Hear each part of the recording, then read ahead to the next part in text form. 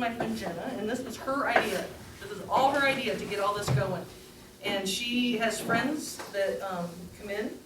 They're called credible messengers because they know the story. You might not want to tell us. Kara, who was on probation with Kara? Raise your hand. Nobody? Ryan, who's on probation with Ryan? Okay. So these are people that have walked the walk, and now they're going to talk the talk. And it's an awesome opportunity. And just make sure that this is the first time that we've been able to provide shirts and stuff, and I think it's really nice. And they take it to heart. So if you guys have any questions, if you ever want to talk with them afterwards, their ears open all the time. So just if everybody has their cell phones, please turn them off. Mine's probably on. And let's be respectful. But they love questions, okay? Questions, talk it. All right, anybody have any questions? All right, everybody comfortable with their masks? Everybody feel safe? All right, thank you. Help yourself to pizza. Yes, everyone make sure you eat the pizza. Pizza and drinks. We don't want to be carrying anything out. Alright, so welcome to Keeping It Real. My name is Jenna and I'm a recovering addict. A little bit of background about how this got started is I made a lot of bad choices when I was a teenager and it carried over to adulthood.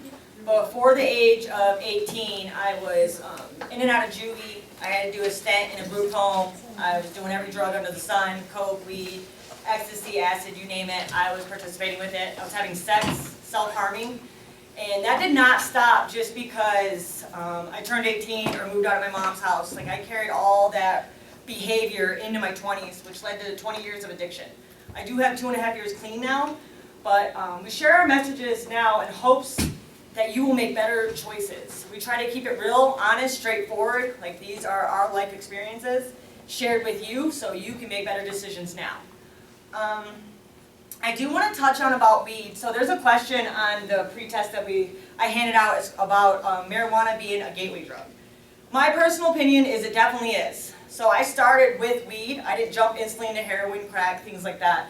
It starts with marijuana in my mind because once you start doing that drug, it's easier to cross the next line and the next line. And you're also hanging out with people that now have drugs accessible. They're not just going to bring weed to your house. That's when the cocaine comes, the alcohol, ecstasy, things like that. And so you don't know if you're going to be an addict until it's too late. And you also don't know if you're going to survive even doing the first drug. So some high-risk behavior or high-risk things that you might want to be aware of are if you have no supervision at home, if addiction runs in your family, or if you have easy access to drugs. This makes you high risk to become an addict. 1 in 7 Americans, they say, will have a substance abuse issue. So you're going to look around the room and it could be you, the person next to you. This is a serious topic. We all face other things as well. There's family trauma.